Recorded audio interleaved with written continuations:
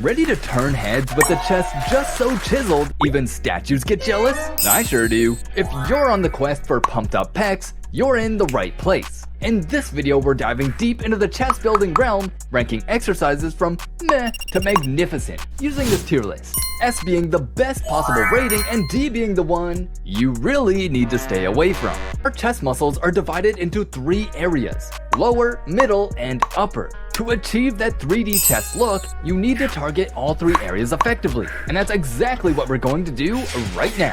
Let's kick things off with a lower chest exercise, the decline bench press. But before you dive into this move, let's address a couple of downsides. Firstly, there's the limited range of motion, and secondly, the issue of improper form, which can put your shoulders at risk. Despite these drawbacks, it's still an effective exercise, earning its place in the A tier category. Just don't put the bar over your neck. But hold up, what about the decline dumbbell bench press? Here's the deal, it's not exactly a walk in the park to set yourself up for this one. Without a gym bro, things can get a bit dicey, especially when handling heavy dumbbells. There's a high risk of swinging the weights around just to get into the right position, which can spell trouble. That's why we're slotting it into the C section of our rankings. Let's shift our attention to the mid chest and talk about one of the OG exercises, the bench press. This classic move primarily targets the mid chest, but also engages the lower and upper areas effectively.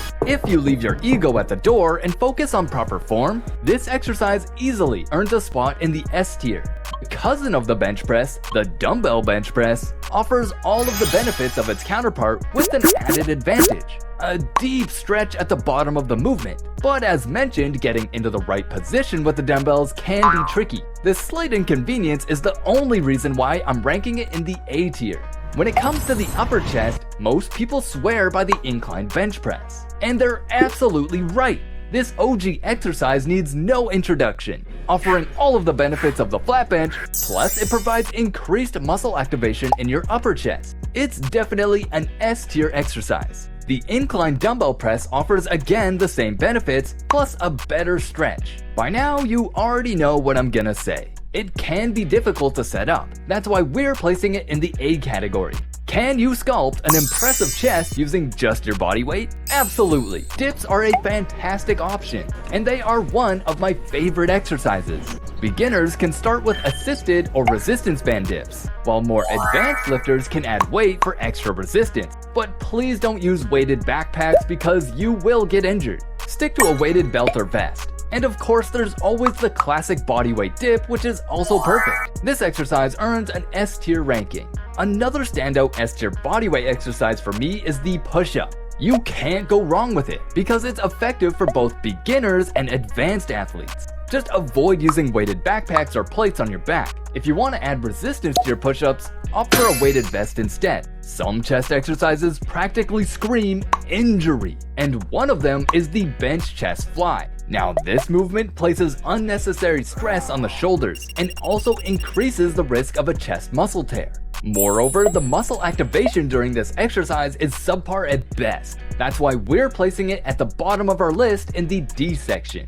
A better alternative here would be the cable fly. With this exercise, you get a consistent and effective stretch in your muscles, along with plenty of variations to target different parts of the chest. For me, this is an A tier exercise. The pec deck is similar to the cable fly, but with more stability, making it easier to establish a mind-to-muscle connection. Properly adjusting the machine to your height is key to getting the most out of this exercise. Personally, I always feel a crazy pump after this exercise, making it one of my favorites. I'm rating it as a GOAT, S tier. Next up, we have the landmine press. If you're aiming for better muscle activation, I recommend trying the kneeling version with both hands. However, the challenge here is that many people tend to target their shoulders rather than their chest. It's not necessarily a bad exercise, but it's not ideal for chest isolation, and that's why we're placing it in the B section.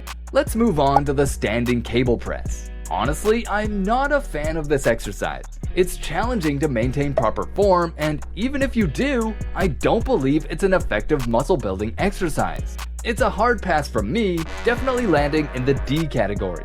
On the flip side, one exercise that I absolutely love is the chest press. Whether you're just starting or a seasoned athlete, it's a timeless classic that never fails. It has every benefit of the regular bench press, but the stability is a huge benefit here. You can just zone out and focus on your chest mind to muscle connection. It's a solid S tier exercise for me. If I have to pick the worst of the worst exercises, it's got to be the plate press. It's like an influencer made exercise that's totally pointless.